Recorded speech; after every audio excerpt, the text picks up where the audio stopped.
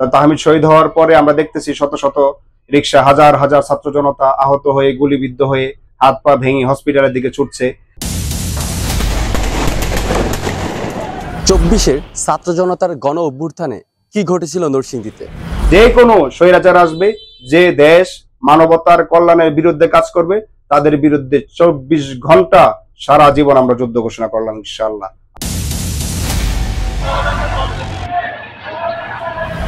24-এর ছাত্র জনতার গণ অভ্যুত্থানে নরসিংদীর মুড়ে মুড়ে যে সকল জুলাই যোদ্ধারা প্রতিরোধ গড়ে তুলেছিল, আমরা কথা বলেছি তাদের সাথে। জানতে চেয়েছি জুলাই আগস্ট আন্দোলনে নরসিংদীতে ঘটে যাওয়া বিভিন্ন দিনের ঘটনা।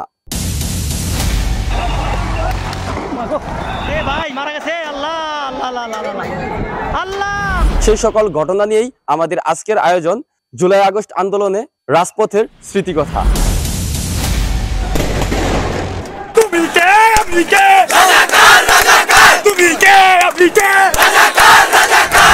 আপনারা দেখছেন বেঙ্গল টিভি এবং আপনাদের সাথে রয়েছে আমি নাদিম মাহমুদ নয়ন।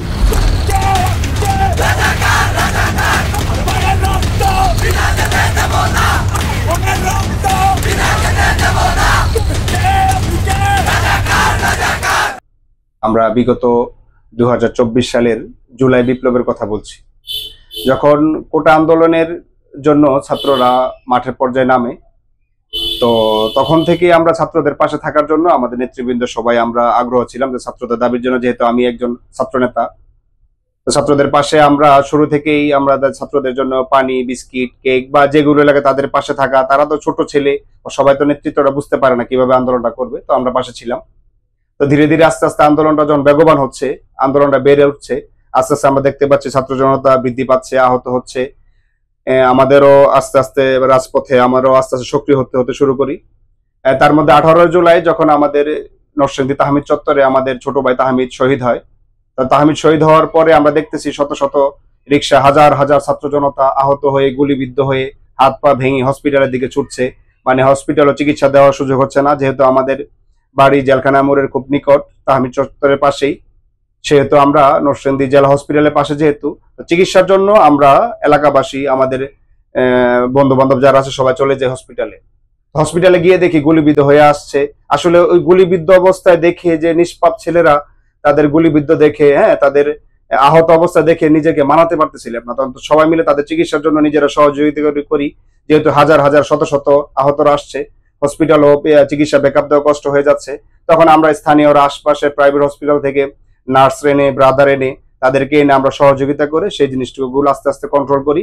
তো কন্ট্রোল করার পরবর্তীতে আমরা দেখতেছি যে আমরা যদি হসপিটালে থাকি তাহলে নেতৃত্ব শূন্যতার কারণে আমাদের তাহমিদ চত্বরে ঝামেলায় পড়ে যাচ্ছে আমাদের ছাত্র ভাইয়েরা।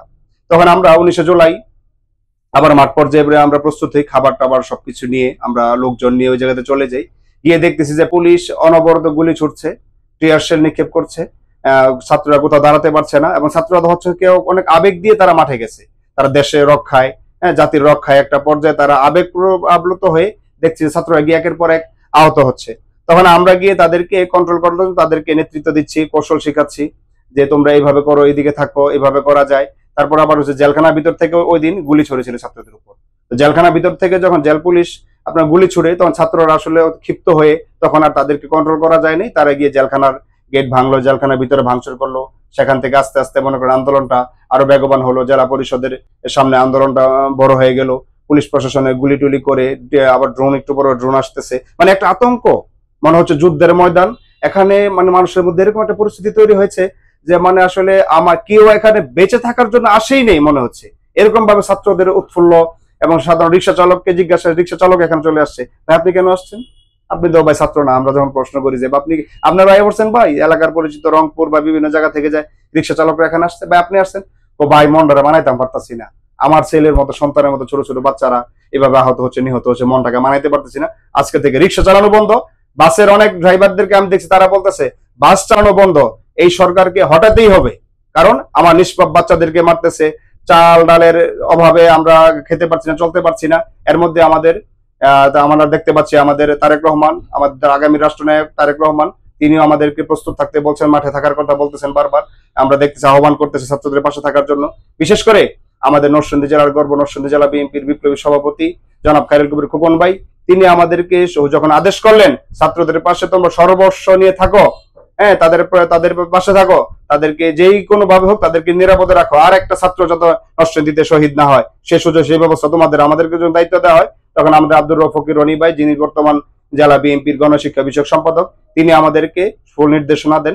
আমরা সেই নির্দেশনা মোতাবেক আমরা সকল আমাদের জাতীয়তাবাদী আদর্শে যারা ছিলাম সবাই মিলে মাঠ পর্যায়ে নেমে সেখানে আমরা আন্দোলন করি। দেখা যায় এক পর্যায়ে আমাকে নিজেও আহত হইতে হয়েছে, আমার এই হাতটা ভেঙে গিয়েছিল। তখন দেখলাম আমার 20-25 জন ছেলেকে যখন একসাথে গুলিবিদ্ধ হয়, তারা সবাই তাদেরকে যখন আমরা রক্ষা করতে গিয়েছিলাম, তারা একজন উপরে পড়ে ব্যথা পেয়ে গুলিবিদ্ধ হয়ে কয়েকজনকে নিয়ে আহত হই। পরে সাধারণ মানুষজন চিকিৎসা আমাদেরকে নিয়ে হসপিটালে চলে যায়।